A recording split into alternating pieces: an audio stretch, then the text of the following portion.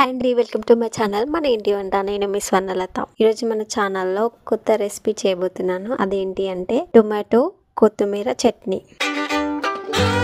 మరి ఇంకెందుకు ఆలస్యం, వెంటనే స్టార్ట్ చేసేద్దాం ప్రాసెస్. ముందుగా ఒక 4 టమాటాలను నీట్గా కడిగి చిన్న చిన్న ముక్కలుగా కట్ చేసుకోండి.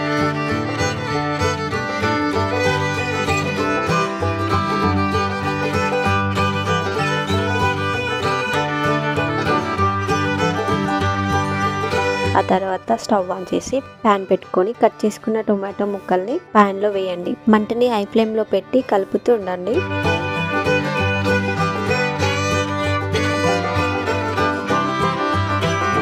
నెక్స్ట్ మంచి టేస్ట్ కోసం కొన్ని ధనియాలు వేసుకొని బాగా కలుపుతూ ఉండండి.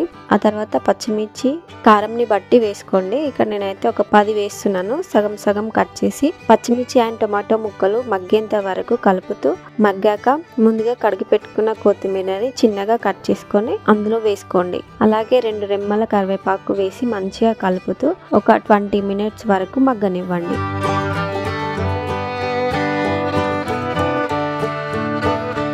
లాస్ట్లో నానబెట్టిన చింతపండు కొద్దిగా వేసి కలిపి స్టవ్ ఆఫ్ చేసుకోండి. నెక్స్ట్ ఒక మిక్సీ జార్ తీసుకొని ఆ మొత్తం మిశ్రమాన్ని మిక్సీ జార్లో వేసేయండి.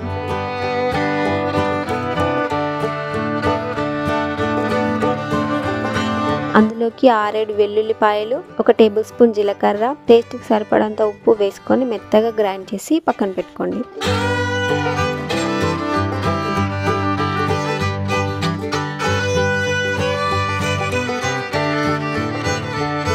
ఇప్పుడు పోపు కోసం స్టవ్ ఆన్ చేసి ప్యాన్ పెట్టి కొద్దిగా ఆయిల్ వేసి హీట్ అయ్యాక 4-5 వెల్లుల్లిపాయ ముక్కల్ని, అలాగే కొంచెం జీలకర్ర, శనగపప్పు అండ్ కరివేపాకు వేసి మంచిగా పోపు చేసుకోండి. ఇవన్నీ ఫ్రై అయిన తర్వాత మనం పక్కన పెట్టుకున్న టొమాటో కొత్తిమీర చట్నీలోకి వేయండి.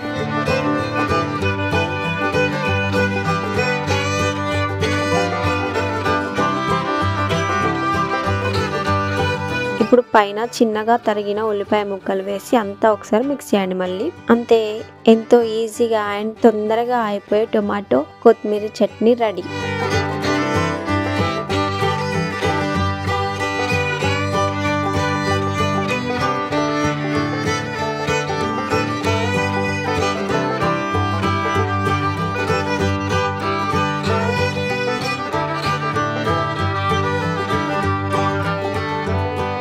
ఇప్పుడు వేడివేడిగా ఉన్న అన్నంలో కలిపి తింటుంటే ఆహా, చాలా అద్భుతంగా ఉందండి. మీరు కూడా ఇలా ఇంట్లో ట్రై చేయండి. వీడియో నచ్చితే లైక్ చేయండి, షేర్ చేయండి. అలాగే మన ఛానల్ని సబ్స్క్రైబ్ చేసి సపోర్ట్ చేయడం మర్చిపోకండి. Until then keep watching.